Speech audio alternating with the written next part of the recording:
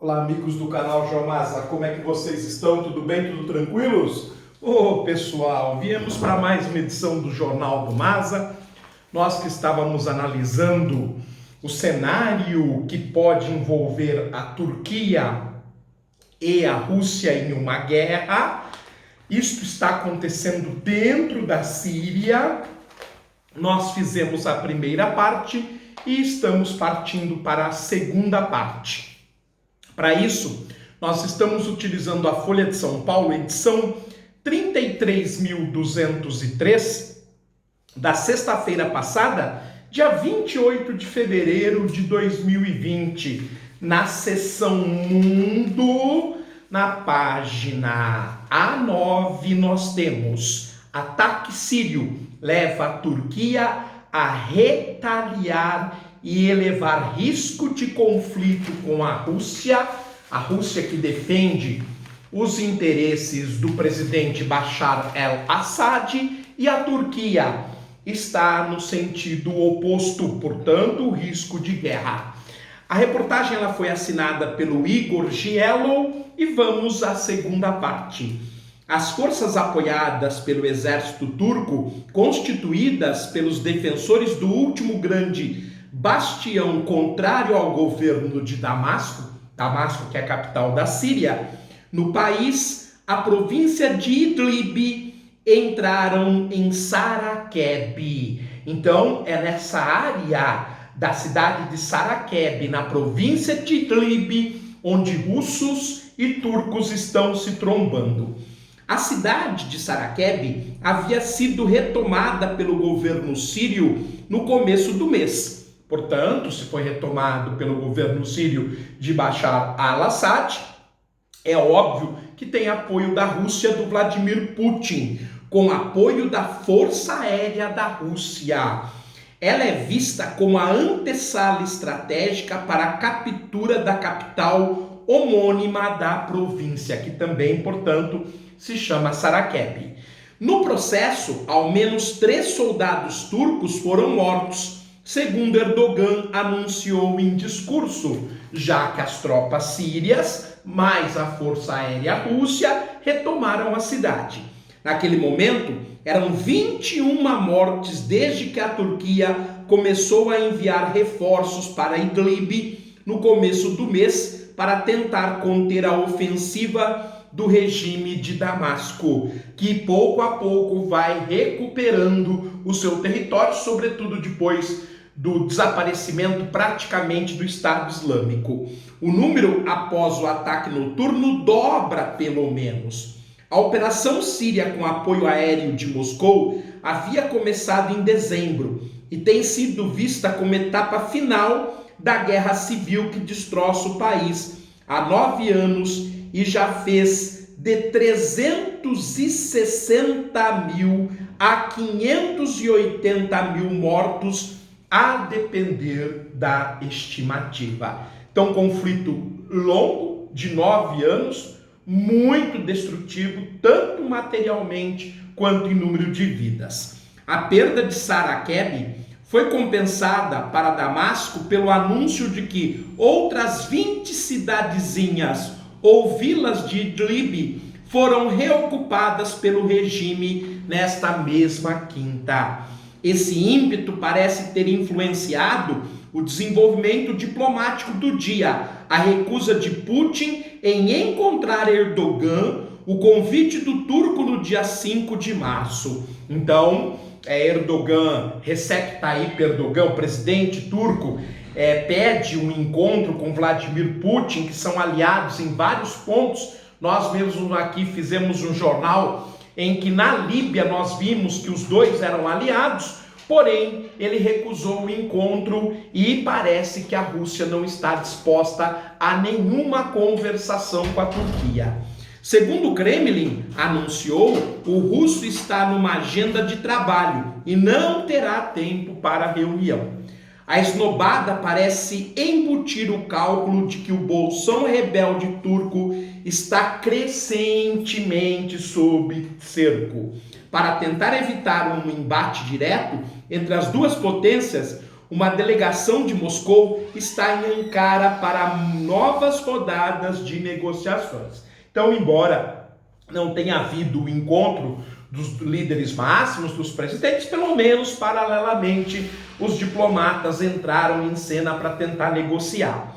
Desde 2018, os dois países tratam Idlib como uma zona de distensão militar, mas no fim de 2019, Ankara a invadiu para tentar formar um encrave destinado a receber alguns dos 3.300.000 refugiados sírios que abriga no seu território.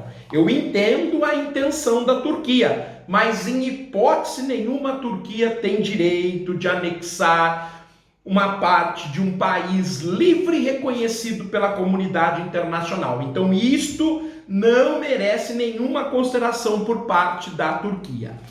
A ação foi paralela a uma invasão combinada com Moscou, que estabeleceu uma faixa separando os curdos da Síria daqueles do sul da Turquia, que são separatistas, e azedou a cada vez mais próximas relações entre Putin e Erdogan.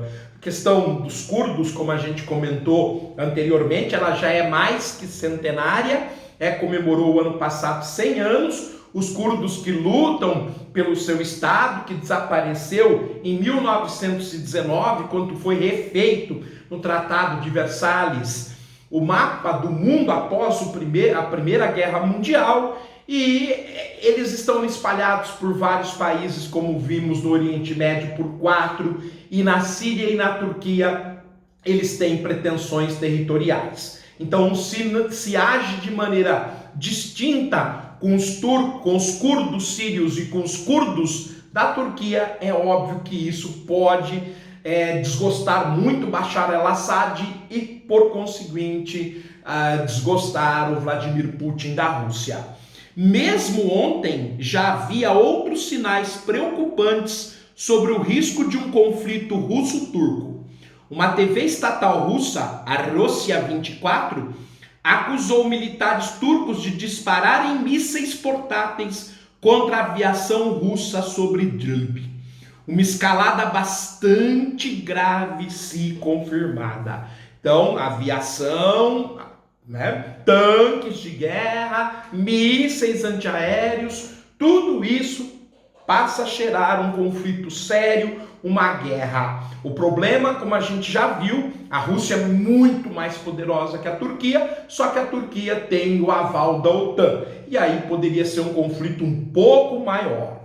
Os russos consideram o apoio militar turco a rebeldes ilegal, apesar dos diversos acordos tácitos entre Moscou e Ankara. A mesma crítica é feita contra a residual presença americana na região, que lá estava para combater um dos beligerantes do conflito, que é o Estado Islâmico, mas que foi debelado graças à ação das tropas de elite, os peshmergas, pelo lado dos curdos. O fato é que, desta maneira, nós temos um conflito que pode levar a um embate entre os Estados Unidos e a Rússia. E aí a situação fica muito complicada. Até porque, no caso da Síria, a China apoia a posição russa. Então o conflito poderia ser muito mais generalizado.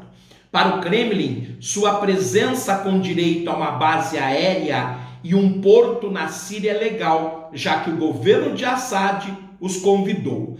A intervenção com apoio terrestre de Irã e do Hezbollah libanês salvou a ditadura da derrota. Então ele contou com o apoio de várias forças e países para que ele, evidentemente, fosse o único líder da Primavera Árabe que atravessou a Primavera Árabe a não ser destituído.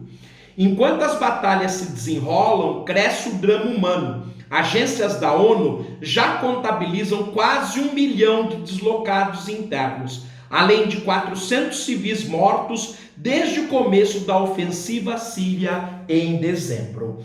Os relatos de crianças congelando devido ao frio intenso em campos improvisados são constantes. Então nós temos ainda a questão das denúncias aos direitos humanos, que tanto do lado sírio quanto do lado turco beiram a barbárie, porque esses campos eles são muito mais parecidos com os gulags soviéticos e com os campos de concentração do que efetivamente de campo de pessoas que são refugiadas com seus direitos.